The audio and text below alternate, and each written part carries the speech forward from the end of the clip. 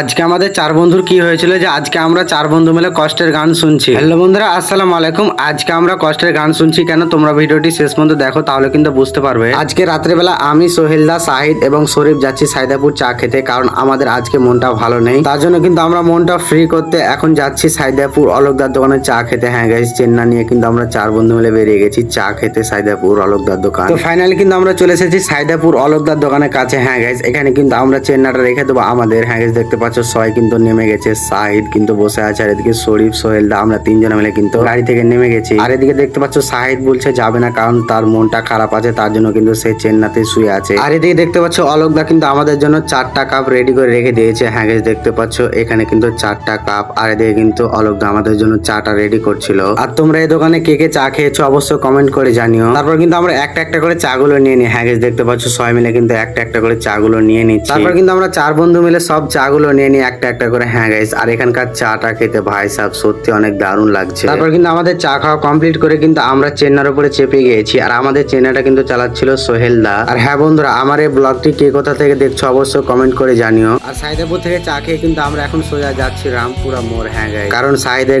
দোকানের জন্য আমরা কিছু নেব, তার জন্য কিন্তু রামপুরা মোড় চলে এসেছি। এদিকে সামনে দেখতে পাচ্ছ এই দোকানটা থেকে কিন্তু আমরা সাইদের দোকানের জন্য কিছু জিনিসপাতি নেব। আর সাইদের দোকানে যা যা জিনিসপাতি দরকার সব কিন্তু আমাদের চেন্নাতে লোড করা হয়ে গেছে। এখন কিন্তু আমরা যাচ্ছি বাড়ি। তো ভিডিওটি আজকে পর্যন্ত কেমন লাগলো অবশ্যই কমেন্ট করে জানিও। টাটা, বাই বাই, দেখা হচ্ছে নেক্সট ভিডিওতে। ভালো থাকো, সুস্থ থাকো।